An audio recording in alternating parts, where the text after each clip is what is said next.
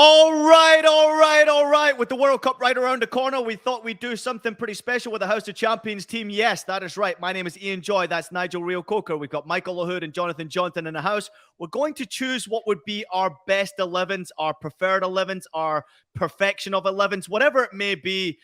Nigel, it's not going to be easy for you because there's so many talented players to choose from. Obviously, it was difficult for me as I say that, but I'd like to know who would be your probably best 11, your preferred 11 from the World Cup players who are going to be there. Now, just to clarify, not all the groups have been chosen yet as far as selections of national teams. We don't know injuries, so we might have to update this at some stage. But Nigel, go ahead. Give us your 11. Well, remember also there's no more than 2 players per nation.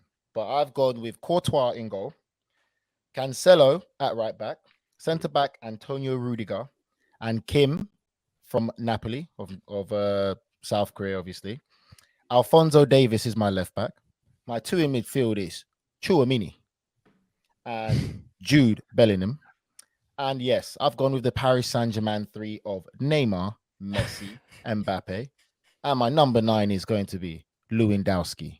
Now, that is an absolute phenomenal team. JJ, you laughed when he said the PSG front 3. What about you? What do you think about that?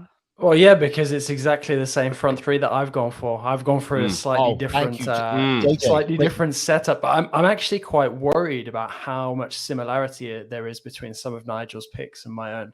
That's because great minds think alike, JJ. Don't worry. Yeah, I don't qualify you as a great mind. Oh, jeez. I tell you what, JJ, I said it before we went on. The French beard comes on and the savagery just goes up 10%. I'm joking. I'm teasing Nigel. No, I mean, there were some similarities. I've also got Davies in, and I'm curious to know how many of us would have that, but I've got him in a different setup. I've got 3 central defenders. I've got like the 4, so you've got kind of like the wing backs, 2 central midfielders, and then the 3 in attack. So I'd probably have Messi behind Neymar and Mbappe. Hold on, wait. Just name your team. Just say your team. Yeah, okay, you might as well. You're talking riddles about your team. And wait. Before we move on to JJ, any questions about my team? Any I've got players?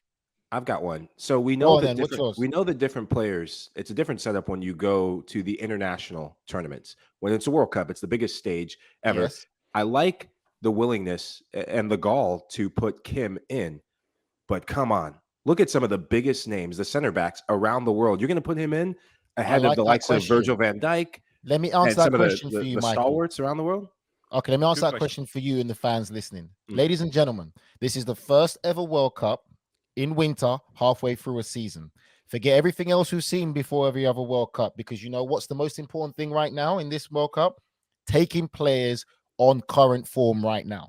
This isn't end of season. We pick them because we know what they're capable of. They're going to get a couple of games in to get their rhythm and get their form. No, this is a World Cup where you have to hit the ground running. So any team or any managers with any common sense, I know common sense is very hard to come by these days in society, but you have to pick players on form.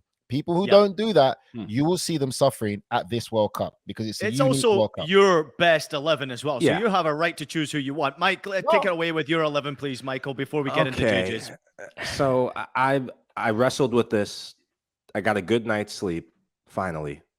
And I had to I'll tell you what, if you've put any USMNT players in, you're going to have to wrestle with it some more. So I had to go back to sleep and change it because I had about 4 or 5 in them. And then I remembered, you know what? You can only have 2. Because he just heard my team. Then I saw the rules that our producer Des Norris put, and I was like, crap. There goes my team. But it starts. I agree with you, Nigel. Thibaut Courtois, Champions League man of the match. I still think he's the best goalkeeper in the world. At right back, I have Hakimi.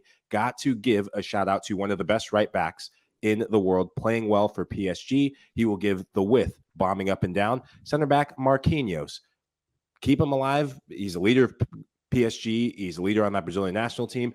Virgil van Dijk. He's a different player when he plays for the Netherlands than he has been for Liverpool. He is that iconic presence in the back line. And then I'm going to surprise everyone. Theo Hernandez at left back. Best left back in Serie A, attacking option in the midfield too. Your defensive midfielder, and this is why I love representing African players, Thomas Partey. I think he's been the best defensive midfielder in the Premier League and one of the best defensive midfielders in the world. Arsenal's top form reflects that. James Benj will be very happy that I included him. Kevin De Bruyne, How can you leave KDB out? I'm upset that you didn't put KDB in there, Nige.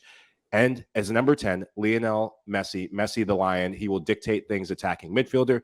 The front three is what I love. One surprise in there. Kylian Mbappe, not the surprise. He is Mr. PSG. Neymar having his best season under PSG for club and country. And then, big surprise, you didn't go Englishman. Harry Kane. Why? Because Harry Kane can drop and spring the speed of Neymar. Why is that a surprise? Why is that a surprise? Because I feel like the easier choice should be Lewandowski with how his run of form with Barcelona. The one difference between the two of them, Harry Kane can bring other players into the fold. Lewandowski, he needs service from wide areas. He needs service from the midfield. There's a bit more of a dynamic nature to his game.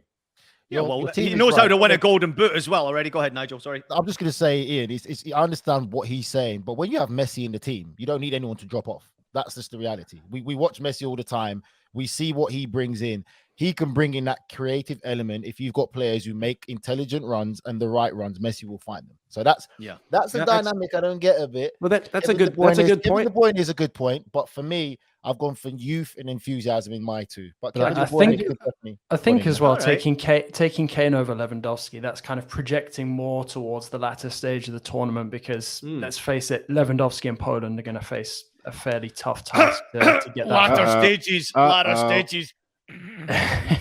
Go ahead, JJ. Give us your 11, please. All right. So it's interesting because there's a couple of names that have already cropped up. I was really tempted to go for Keylor Navas in goal, but I've actually gone for Emi Martinez in the end because I think Argentina will be one of the teams to be reckoned with. No. Go on, JJ. Carry on. No, I mean I'm open to all questioning and criticism. I didn't go for Courtois because I don't think that Belgium will go that far, so I only had room for one player. It's not about going far, JJ. Did you read the rules? Picking the best team. Let the man breathe. Let the man breathe. All right, Nigel. Yeah, no, you got to fancy them to go far as well. Anyway, in defense, it's gonna be based around the experience of Thiago Silva, but you're gonna have the youth and the talent of William Saliba to his right. You're going to have Rudiger on his left. And then you're going to move into the midfield where you've got 4. On the right-hand side, you're going to have Hakimi. On the left-hand side, you're going to have Davies. And then in the middle, you're going to have Kimmich. And then just slightly ahead of him, you're going to have KDB. And then in front of them, you've got the 3 of Messi, Neymar, Mbappe. I don't think anyone can have much of an argument with that one. Nigel, what have you got to say? Because I know you've got some shit to say. What do you got? To say, I think that is a great team. I'll question the goalkeeper, but that is a great team. There's not really much. When you say Davies, you're talking about Alphonso Davies as well. Yeah. Alphonso Davies on the left. I do. What do you think you were talking about? Kevin Davies? Yeah, Kevin Davies. Yeah, you're making. But you know what as well though, because I like his centre back pairing as well. Because for me, I think Thiago Silva is definitely still one of the best defenders in the world, and you want that experience, that solid defender, but you have to surround him with youth. And the way he's gone about that, and putting Rudiger as well, great influence, great threat at set pieces as well. But it's still a very good, solid team. I think it's done very well, JJ. I want to rebuttal that. The one question with Antonio Rudiger, he's good for a mistake. In big games, he's good for a mistake. Yes, he is. Yes, Rudiger is not. Rudiger is not big. One of those he's good for a mistake. I disagree. He's good for a mistake. I cannot agree. Michael, when you say mistake, do you mean like disciplinary? I think disciplinary. Like lose his head? Yeah. I think disciplinary. Yeah. Discipline is not one of his games. He's also what makes him a good defender. Is because he's also the kind of warhorse that you want in your team at a World Cup. I think the kind of guy who can take some knocks and still keep going and be on his feet by the if he's in the stands though, it doesn't do any good for you. Go on, but I've seen all the time I've seen him play at Chelsea, the leadership and everything that he shows. He's very passionate, but I don't see someone that's going to make a mistake or someone that's going to get some. No, he's very especially at World Cup, but it's controlled aggression, and he's the same way. Like I just don't see that in him. I'm sorry. If you said it was Gabriel, I can understand that, which is pretty much why he probably didn't make the Brazilian squad. But listen, for those of you out there, quickly. Go ahead, Nigel. Before you do yours, Ian. Yeah. So we're all putting these teams. Have you guys noticed how many attackers Brazil took? Oh yeah. There's like 9 attacking players, which means Brazil are going for all-out war. This is a manager that knows this is a World Cup. You need to hit the ground running on form. This isn't your usual World Cup where you can build up. So people haven't paid attention to that. How Brazil took 9 attacking players. I think we have paid attention to it. It's just Some people about haven't. who plays, how do they rotate, who's starting. I mean, it's very difficult to choose anyone other than Neymar. I mean, I almost put Vinny Jr. in, and I wanted to put Vinny Jr. Yeah, in my that's a good 11 shout. so badly because I think he's going to have a hell of a World Cup this year. But with Neymar being so successful and scoring goals in qualification process and what he's doing for PSG this year, JJ, you can back me up on this one. Just sensational. All right, here's my 11. Just come at me if you will, but let me get through my 11 before you do. Speaking to you, Nigel. I've got Edouard Mendy in goal, Senegal. I just think that I think they get out of the group stage, and he's one of the reasons why they get out of the group stage. And I'm looking at African teams trying to do well, and I think Mendy is so key to their success. And I fancy him. I know he's had his issues at Chelsea, but I think he's such a great goalkeeper and so difficult in the shot stopping to get past him. So he's going to have a big World Cup. I've got Ashraf Hakimi on the right back slot here, playing more as a pushing on right back. I've got Antonio Rudiger from Germany. I've got Virgil van Dijk from the Netherlands as the two centre backs, and Alphonso Davies. Let's hope he's healthy to go for that first game for Canada at that left back slot. As you can imagine, the two centre backs are going to be very important, so that's why I've gone for experience and aggression with Van Dijk and Rudiger. Hakimi, love him, always loved him. Getting forward, Davies, not really a left back, will get forward, obviously. Just wonder the thought hamstring's going to be okay. England, I tried to get an English player in there, didn't want to go for Harry Kane, so I've gone for Jude Bellingham. He's got a point to prove to the rest of the world. Really fancy him in that midfield. I think he's going to be key to their success because this kid is something incredibly special. Watching him perform just gets me really turned on. Kevin De Bruyne pulling the strings for Belgium. Outstanding playmaker. Obviously going to have a big World Cup. I think Belgium go all the way close to the semi-final this year, and he's going to be one of the reasons why. How about this one here? Jamal Musiala, I've got in my 11 from Germany. Another kid who is potentially could have been playing for England, by the way, but another kid who has got a point to prove, and I think Germany rely heavily on him. I was going to go for Kimmich, but I wanted to go more offensive-minded, so Musiala fits in there. And then up top, I've gone for the same as Nigel and JJ. I've got Mbappe, Messi, and Neymar. As I said before, I almost put Vinny Jr. in there. So I've gone for violence in my starting 11. I've gone for aggression. I've gone for a team with tried to mix multiple continents there, tried to get an Asian player in there, couldn't find it. But at the end of the day, I've gone for excitement. I've gone for youth. I've gone for experience. I've gone for violence. Like I said, I want to see goals. I want to see red cards. I want to see whatever I can. Anybody got a comment about my 11? Anyone? I do. Was defense transition thought in this? Because the game of football is built on transition, especially at the World Cup. I think the only knock on this, I think the only knock on this 11 is you're pretty much wanting to win games 6-5. This is a team that's going to score a ton of goals, but I just wonder when it gets hard, when teams sit so low, this is a team that's vulnerable in transition. But love it, love the balance, love the ingenuity. Mike, do you go to watch Austin FC and hope that it's a 1-0 game? No. I go to watch. I go to be entertained. Sometimes I want to be entertained. Sometimes I do. Sometimes we can all really say do. that we all picked, well, no, not all of us. I think the majority of us picked Alphonso Davies and Antonio Rudiger as very influential defenders.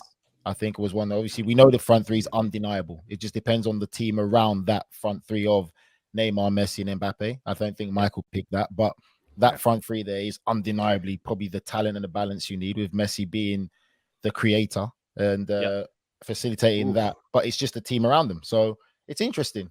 We got about a minute left. JJ, give me your final thoughts here, Mike, and then Nigel, and then let's get out of here.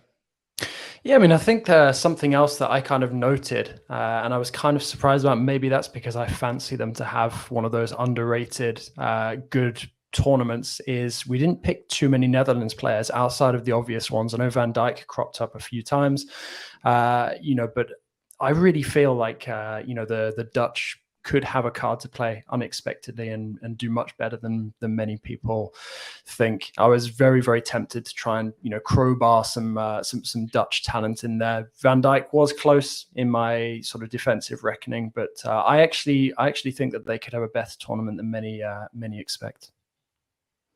I enjoyed it. Great fun. It just shows the beauty of the game of football, how we all have kind of different perspectives on it. And with every team that we all picked brings a different style of football. But I really enjoyed it. But obviously, we're going to wait to see when all these other squads get announced and keep enjoying the fun of it. Yeah, I just want to touch on one thing. And I love the Musiala inclusion. I think when we talk about the Bellinghams, and I think, Nige, you put in Jude Bellingham as well, the World Cup is made for young players. Yes, it's made for experienced heads, but it's been made for young players to break out. And those two are going to be going head to head. Cannot wait for it to start and cannot wait to cover it. Yeah, listen, great stuff. We tried something different here on House of Champions. And of course, at times we were talking over each other, but that's the excitement we have for the World Cup. One thing is for sure, regardless of the best 11s, who is the star performers, who's the goalkeepers or goal scorers, the World Cup is going to be something special. And we simply can't wait for that first kick.